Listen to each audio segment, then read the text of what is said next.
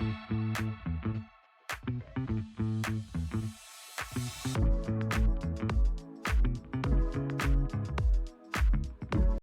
welcome back, everybody, to another episode of Bound by Banking. Today, I am joined by Ryan McCormick and Jason Lavender from TFNB down in Waco, Texas area. Thanks for joining us today, guys. Oh, yeah, man. Thanks for having us. Absolutely. So why don't we take a moment or two? I would love to have each one of you kind of introduce yourself, tell them a little bit more about your role, how long you've been at the bank, and we'll get started over there. How about, Ryan, why don't we start with you? Me, Ryan, not you, Ryan. Got it. Yes, okay. yes. All right. So I started in 2021 with TFNB Your Bank for Life. I'm the marketing manager. It's probably the easiest, most succinct way of saying it. So I do a lot of touchy-feely things and try to make things look pretty and then protect the brand. Awesome. Cool. What about you, Jason? Can you help me with that, Ryan? Jason is a great individual who loves people. No, I meant help me look pretty. You said you make things look pretty. I was like, I get a little help there. I don't mess with perfection. I feel like a little out of place here. I'm the only one that doesn't have the headphones going. I feel like we're about to like hop on a Call of Duty game or something. That's after. Yeah. So Jason Lavender, Executive Vice President. I do all things kind of strategy related, expanding our footprint, oversee several different aspects of the bank, deposit acquisition, helping Ryan with the marketing side of things, part of the executive team here, part of the ownership group here. And I've been back here at this bank since 2018. Nice. So we refer to you as wearer of many hats. Yes. Got a lot of different responsibilities, doing a lot of different things. So that's cool. Yes. Yeah. So you say you're back where you used to be with TFNB and then left, and then now you loved it so much you came back to it? No, long story short, I started in the banking business in the early 90s, right out of Baylor University, and then did that for about a decade, and then got bit by the entrepreneurial bug and started going out and building companies, building them, scaling them, exiting. And I did that 4 or 5 times and really enjoyed that and kind of kept those creative juices going. And the last company that we did that with, we had a really great exit to one of the large credit repositories actually, and sold a product that we had been building for several years. And so David, our CEO here at this bank, TFNB Your Bank for Life, he and I have been kind of friends, and he's been a mentor for me for 30 some odd years. And he's the one that hired me into the banking business. And so he called and said, "Hey, I'm putting together this ownership group of the bank. Would you be interested in participating?" And he didn't know at the time that the stars had kind of aligned and that we were getting the terms of that agreement all lined out, the exit and what that was going to look like. And so it just kind of all really God's plan kind of worked out, and the rest is history. My wife and I came down and had sort of an area of the community here in Central Texas kind of pegged that we wanted to live in and bring our son to in a smaller school, and found a house in a little pocket neighborhood that nobody even really hardly knew existed. Our realtor didn't even know it was there, and it wasn't even listed on the MLS. And my wife found it, and so it was a perfect house in the right school district, and just everything kind of worked out. So that's what I mean by kind of came back into the banking sector. So I was in it for a while, really did the startup thing for quite a while, and did good with that, and just came back into banking. And then I've been able to take those experiences and kind of really tie them all together here for our brand and our bank. And of course, when you're starting a company, you're doing all things, right? You're doing the marketing, and you're doing the accounting and the books, and you're doing sales, and really just finding whatever those KPIs are that the business needs in order to scale up and get you to a point that someone else is interested in acquiring it. So except for the acquisition part, because we have no interest in selling this bank, I've been able to kind of use all those same things to really help drive this bank. And I think we were a couple hundred in assets when I moved up here, and we just rolled over the billion mark this last year. So Nice. kind of a big milestone for us, and just excited to continue to do that. That's awesome. That's very cool how you're taking all of your past experiences and bringing them in. And love to see how everything just kind of fell in place and timing was perfect and everything. That's cool. Yeah, it's great. We've got a really unique culture here and a great team. Ryan's a big part of that team here with our branding and our marketing side of things, and our executive team's very much aligned. We're all just moving in the same direction, and so it's fun to play a part in that. And it's momentum is really hard to get, but it's very easy to lose. Yep. And so, having had it before, you recognize how special it is. And so when you have it again, you want to hold on to that as long as you can. And that's what we really have here. We've got just that perfect storm, if you will, for that synergy with this team. So it's a good times, just coming off the best year we had in 136 years. We're the oldest charter in Central Texas. And so, again, to be able to still say things like that after Yeah. you're 136 years old is pretty sweet. That's awesome. Cool. Well, all right. Well, let's hop in. I got some questions for both of y'all. I'd love to hear your thoughts and kind of hear your insights on it. So we'll get started with our first question of here. So how do you go about talking about branding in an organization where numbers are very important? Because I feel like branding it's one of those things that's a little bit harder to track. You're staying top of mind. People know your brand. They hear you around.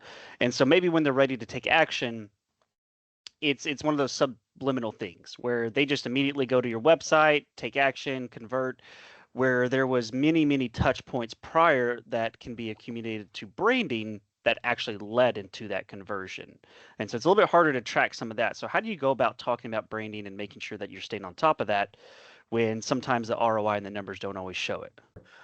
So you hit on a lot of it, talking about as we gain clients and customers, it's not always just a one conversation. Like, man, that'd be great if that was the case, but it doesn't exist in any form of sales anywhere in the universe, it seems like. So yes, there's an accumulation. The idea of like, how do I talk about branding to the people that maybe they're like numbers focused, bottom line focused, which is good. Like, I need those people. We have people within the organization that are uniquely in places and have penchants, really good at doing certain things. And so I like to try to include them in some of the things that we're trying to do. Like we will ask, hey, do you guys have family photos that we could use? A lot of times that gets buy-in from the people. And I mean, if our people are our brand, if we are the brand to the exterior world, and that's who they see is our employees and the people, seeing them more frequently, seeing them in their natural habitat, not to get super, David Attenborough on it, but like seeing our people with their families doing family things, like that is what the brand is kind of about. And being able to show like, hey, let me help explain this. Let me illustrate this by showing our people doing these things, whether they're involved in the community, whether they're just with their families in their backyard. That starts to help drive the idea of like, oh, this is what it means to help brand us. Yes, this is who we are. Well, of course, this is how we want to show it. And then it's less about like, all right, bottom line, did we get, 15 new acquisitions this week? Do we have leads? Are these hot leads? Are we cold calling people? Like, it's less about that. And it's more about, let's make sure people understand who we are as a bank. Okay. I like that. That's a good answer. Jason, you have anything to add to that? Or no? Yeah. Probably the right answer. No, it's a good one. I thought you were going to go, Ryan. I thought you were going to see if Ryan Young had patched into our call yesterday that we were having. Oh, right. Yeah. We were literally just talking about, the intangibles of marketing and how a lot of times, you try to drill down on as many of the details as the granular details as you can, so you can get to a cost per acquisition or a cost per lead, or, however you handle it at your organization. But at the end of the day, there are just inherent benefits that come out of overall brand awareness, whether that's specific branding campaigns or whether that's more specific call to actions where you're offering some sort of a loss leader rate or a program or an account or something like that. And So being able to have conversations with people that don't understand that sometimes is a challenge. I'm sure it is for you because you're selling the front end of that entire Mm-hmm. process, right? But so for us, having those discussions up front with our board and with our management team, thankfully here, we don't struggle a lot with people that really get off into the weeds of the analytics side of things and kind of press into wanting to know what a certain performance metrics is for every dollar that's allocated towards something. We've got a pretty open-minded team here that really understands that there's a lot of, I call it peripheral benefit, but Mm-hmm. if I did I say that word right? Yeah, peripheral benefit to the overall brand strategies that we have. So whether it's something that you're investing more in that might be more expensive, like streaming or cable or commercials, or whether it's paid search, or whether it's more organic stuff like Ryan was talking about that's coming directly from our staff, sharing some of our socials, video content, things like that, or maybe it's a blog post that Ryan or I worked on.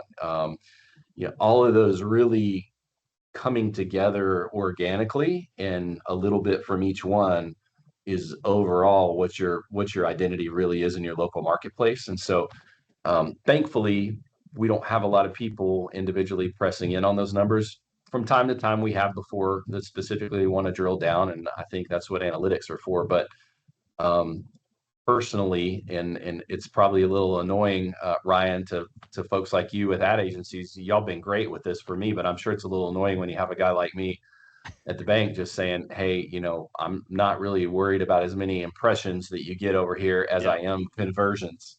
Yep. As the end of the day, that's what I've got to answer to, right? To Yep. my team is how many people did, not just how many people did we get to see something, but how many people did we actually get to take action? Yep. And part of that's on us. That's our responsibility to make sure that our websites and our all of our form pages and all those things are attractive and simple and not too many click throughs to get to every need. But that's also part of your brand strategy and your brand partners that you're working with to make sure that they're creating messaging in an environment that connects those two together and streamlines it. So Yeah. Yeah. And it's a very delicate balance between branding and, I guess, lead generation of conversions, because they really do play separate roles, but they work together so seamlessly. Branding can be a little bit harder to track because, okay, we're seeing impressions, but it's harder to see conversions that are attributed through branding efforts. Whereas that's where lead generation comes in. A little bit more of those conversions are tracked to that, but some of that branding typically will and does lead to those conversions. So. well, and y'all have been a really great partner for us. I will say, we've worked with several different organizations over time with different things, SEO optimization and social and blog and content and things like that. And one thing, this is just a philosophical difference here, but one thing that doesn't seem to always connect for some of those partners that we've worked with that I feel has connected with y'all, or at least you've listened enough to understand it, is personally for our bank, we do not take a retail approach. Mhm. Because again, it's just philosophical. There may be some people that disagree with this out there that watch this, but how many times really do you hear a message from a bank come in that says, "Oh, I've got a free checking account," or "Oh, I've got 10 basis point lift if you come bank with me," or Yeah. "Oh, 6 months from now, I'm going to give you a $200 credit if you've used your debit card 18 times and made sure Yeah. to open up your online banking 3 times," and you got all these hurdles you got to jump through.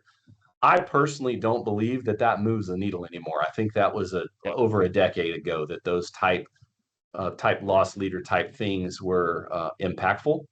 And so for us, philosophically, we believe that more branding, more affiliation with things that are important within our community, that's the approach we take. And you're right, it is a little less, the results are a little less tangible and they're a little more difficult to track. But for us, that has created that secret sauce that we were talking about earlier. Because overall, when people see us on a billboard or on social or, through a bank bound spot or content that we've created together, blog post. I mean, I can go on and on and on. Mm-hmm. Um, all of that really sort of works together. It doesn't feel big, what I refer to as big box bank. It doesn't feel retail. It doesn't feel like those things that just sort of we're all so immune to now because we just get hammered with it all day long. Yep. Click Yep. here, buy me here. Here's reasons. So Yeah. Yeah. Well, and at the end of the day, like you said, sometimes it can be a little bit harder to track and measure. But if banks growing, deposits are increasing, like you said earlier, you guys just rolled over that 1 billion in assets. So I would say things are working together, which is always what we want. So that's good. So absolutely, yeah. We put almost $600,000 worth of organic local deposits on our books over about a 24-month period with just intentional, mhm. that philosophy we just talked about and being intentional about it. And then, you know, getting the entire organization on board for talking through what the tools were that we had within a financial institution. We run from being salesy here. We don't want to be salesy. We don't want to be perceived by our customers as being a cross selling, promoting type financial institution like we've all had experienced before. Yep. And so that's a really fine line between staying so far away from that your customers don't even know you have some of the tools that they use versus only running to it because all of your board or leadership is telling you you've got to sell X amount for your quota this month, right? Yep. So having that in the middle is where we like to be. Very cool. Very cool. All right, let's move on to question number 2 here for you. So, what is something banks should start prepping for now that maybe you feel is just not getting enough attention? You want me to start again? Sure.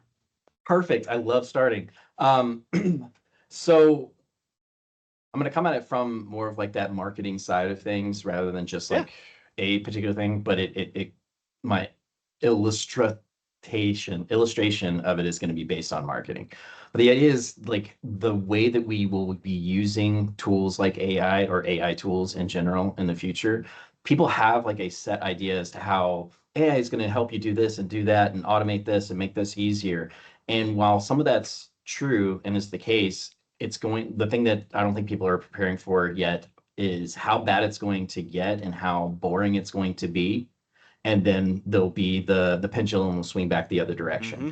So as this stuff launches, yeah, and there's some new shiny thing that people want to try to use, they're going to overuse it.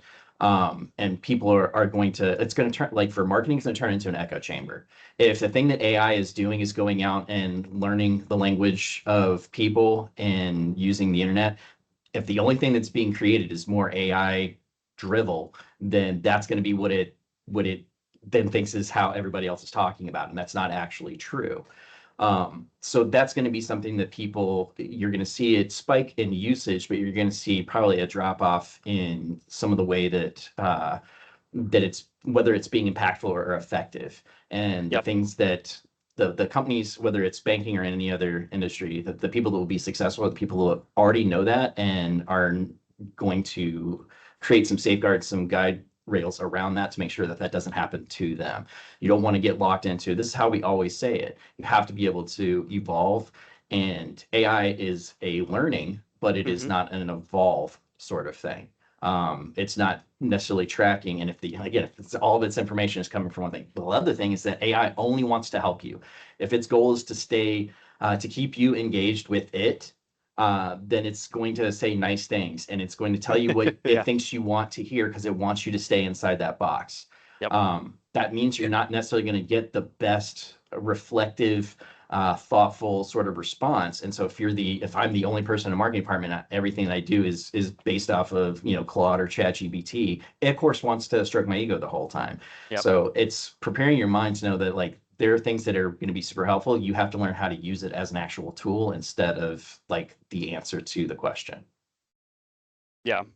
No, and I think that's a very good point. In fact, I was actually having a conversation with somebody, I think last week, about was the AI adoption process too fast to where now people are becoming oversaturated with it and starting to lose interest to where now, like you were talking about, are we going to hit that decline and start fading back and pulling out? So it'll be interesting to see kind of what the next 12, 24 months hold because, it's a lot of more people are becoming used to it, but I think also a lot of people are starting to become overwhelmed and tired of it in Yeah, I certain think that aspects. there's a component, a conglomerate of people Hmm. that are actually proactively annoyed when they can tell that it is Yeah. AI.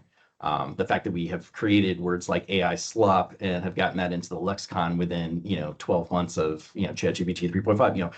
Yeah. We're moving quickly into people being annoyed by it. So anything you do to make it so that it doesn't seem like that's what that was. Well, and everything's so cyclical too, right? Mm. With business, well, with anything, but certainly with business and with marketing, I think I don't think it's slowing down, Ryan. In my opinion, I think if anything, it's actually escalating. I think people are just now really getting educated into different paradigms of not just using it to search your basic, email and things like that. Yep. People are truly figuring out to code. I think, how to code, how to, ideation, straight out of Hmm. ideation for it. So people maybe that weren't kind of thought leaders or think tank type people. Maybe they weren't the idea people, but they were more the execution. I think it gives them a little bit more of an edge to be part of those conversations, and then vice versa. A lot of people that were more of the idea folks that maybe were less in the execution. It arms them with a little bit more, or equips them with a little bit more of the understanding of the mechanics on how to execute things.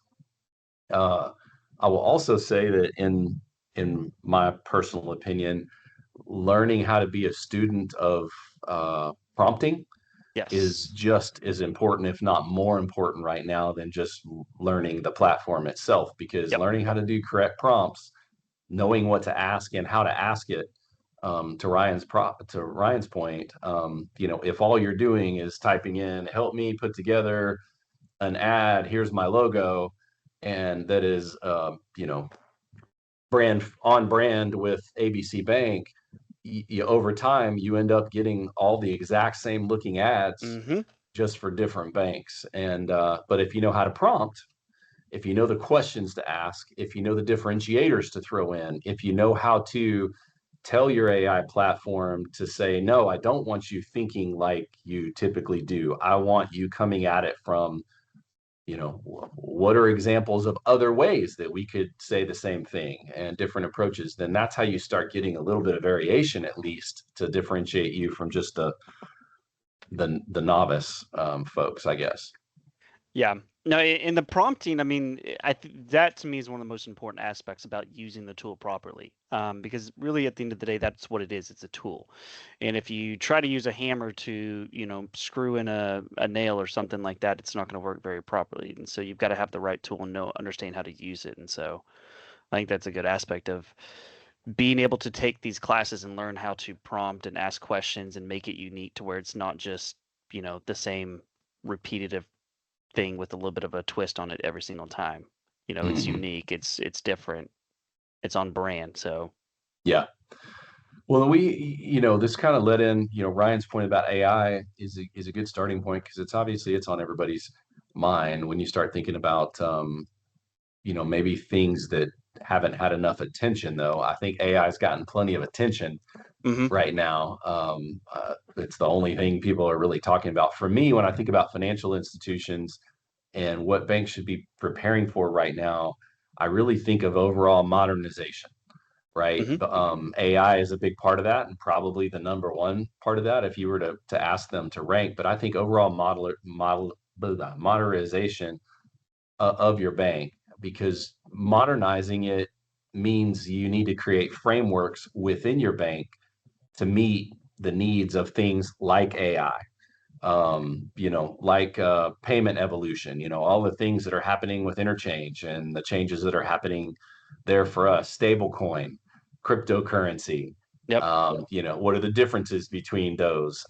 Data lakes, data mining, creating data schemas, right? So each bank has its own unique customer variation, and what is your customer, and really owning that, not just giving that to our cores, and our cores being the only one that are owning all of our own customer information and sort of like keeping it for themselves or trying to charge us to get it out of our cores. That's another thing. And when I think about overall modernization of a bank, I think those are elements that you want to think through from a framework status, and each one should have their own kind of map, almost like an organizational chart. But what is your flow for addressing these things as this environment is changing so fast?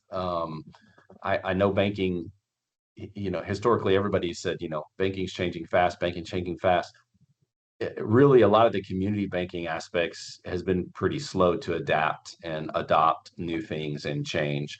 But right now, the speed at which this industry is changing, it's staggering, and marketing is no different. Yep. The way that banks are marketing themselves is changing quickly. And it's funny when I think about that evolution that I was talking about of everything being cyclical.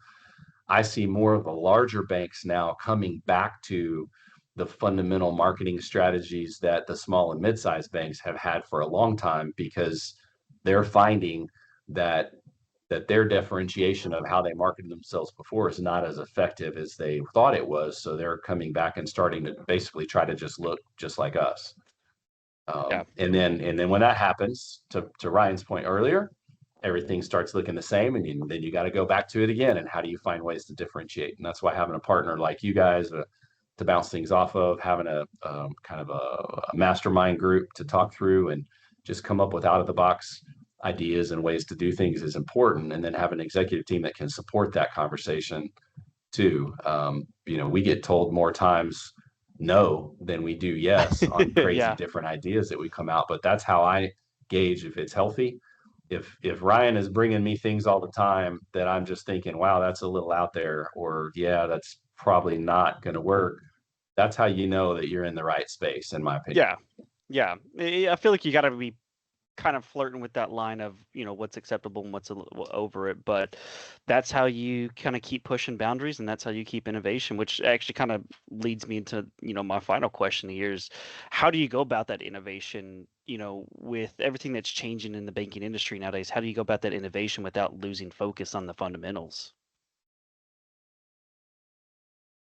Which I know you kind of answered a little bit. You touched on that some, Jason, so I don't know, Ryan, if you have any additional thoughts as well. Yeah, I think that, and Jason and I actually had a very similar conversation, I guess a week or so ago, where we were talking about, what's the draw for trying to find that next big thing. And I mean, for me, I kind of landed on, I think Jason was kind of in the same camp, that it's not always what's the next big thing or what's the thing that we can do differently, because then you're always just trying to chase some shiny object like a raven in the sky, So if we, instead of focusing on just innovation for the sake of innovation, for the things that need to innovate in order to make our customers' lives easier, to make the steps or processes easier, that part makes sense. But innovation for the sake of innovation, it can come off disingenuous sometimes.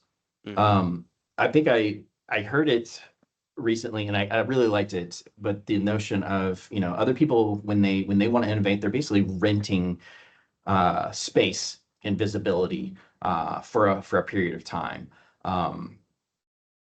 For us, because we've been around for 136 years, because we've seen such great growth and have increased our footprint and stuff, like our core vision is to make sure like we don't want to grow larger than what we can sustain at the level of connection that we see as being the reason why we exist.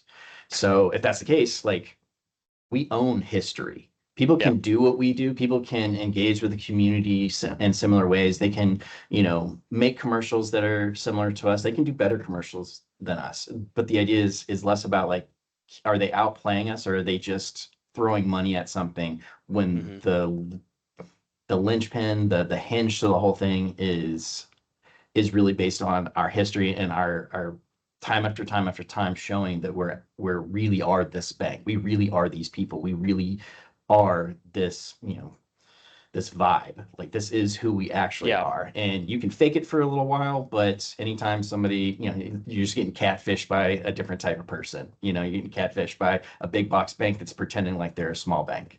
You know, oh, we're totally community minded. Yeah, everybody says that. Everybody says they're community minded. I can show you how I'm community minded. I can Yeah. show you the stuff that we do, and I can show you how long we've been doing it. That this is not just like a, oh, new initiative. Let's help our fellow man. Like that's not how it's been. You know. Yeah. So, but that's just my soapbox though. No, and I think 136 years. You don't make it that long by accident. There is purposeful intent and focus behind it, and like what you were talking about. Okay, at what point do we start to innovate and go chase a new shiny thing, and which point do we stick to our fundamentals that we know that have worked for 136 years by focusing on the customers and things like that. So you know, I think there are a lot of banks out there that are, and that's always that balance you're trying to find of making sure that we're staying up to date on the latest trends and tactics and new things like AI that's coming out, but also making sure that we're sticking to those fundamentals that have gotten us 136 years later. Yeah. Yeah, and you gotta always ask the important questions. I think anytime you're having those discussions that might fundamentally change who you are as an organization, you've got to continue to ask yourself, how is this going to impact my customers?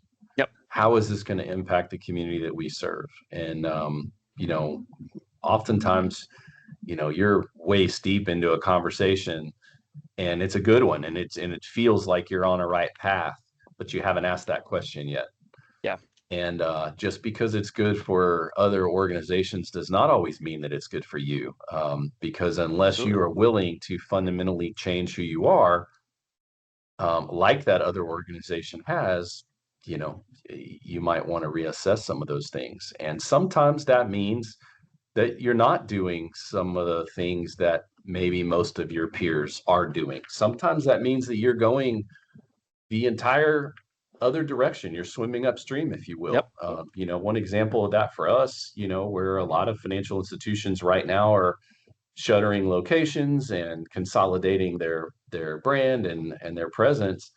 We're still building locations, and because we believe having reach within our communities is part of that whole high touch mentality that we have. We want our customers feeling like anywhere that they are within our communities, that they're, only within a few miles of a location that they can go see someone at. Yeah. And so it's not always for us culturally, it's not always just about the money. A lot of times it's about, that customer experience, that overall customer experience. And, having something that's close to them is important to us. So I think making sure that you're always asking the most important questions. Ryan touched on it as well. We often say that we will know we are as big as we want to be when we can no longer be who we are. Mm. And that's kind of